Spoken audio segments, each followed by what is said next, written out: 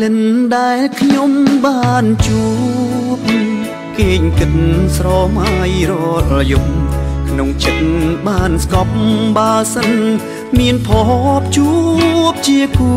ស្នេហ៍នាងល្អខ្លាំងណាស់ក្នុងโลกនេះមិនដែលឃើញទេស្រីល្អដូចជាមាសមេឲ្យបងលងស្នេហ៍ដល់ចិត្តមិនរួចបងជាយុវជនមកពីស្រុកឆ្ងាយអារម្មណ៍សែនរំភើបក្រៃមិននឹកស្មានឡើយបែលិនឆាតឆាយល្អដល់ថ្នាក់នឹងនាងជាពាក្យពិតចេញ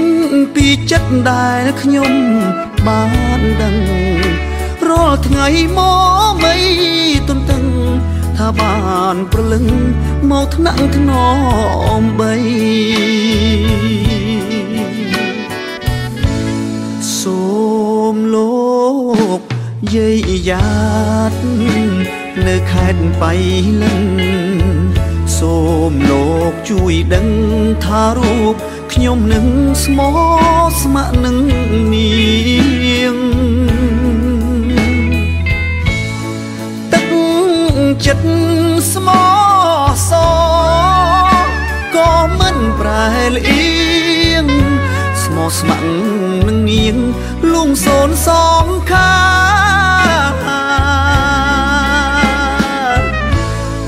មាតុភូមិខ្មែរដ៏សែនមនោរម្យពេលនេះលែងព្រួយលែងយំព្រោះខ្មែរជួបជុំរស់បានសុខហុមដល់រាបរៀងទៅខ្ញុំសែនត្រេកអរខ្មែរបវរផុតក្តីមកសៅព្រមស្នេហាបងទៅពើយើងនឹងរស់នៅសុខសាន្តរហូត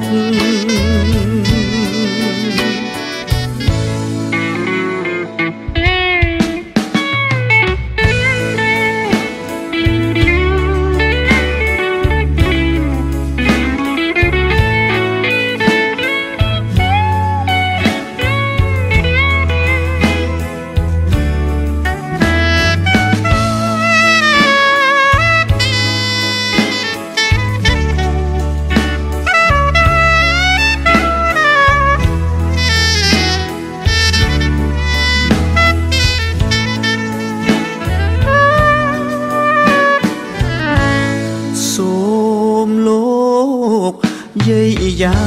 តនៅខេត្តបៃលិនសូមលោកជួយដឹងថារូបខ្ញុំនឹងស្មោះស្ម័គ្រនឹងនាងទឹកចិត្តស្មោះសក៏មិនប្រែលអៀងស្មោះស្ម័គ្រនឹងនាងលងសូនសងខា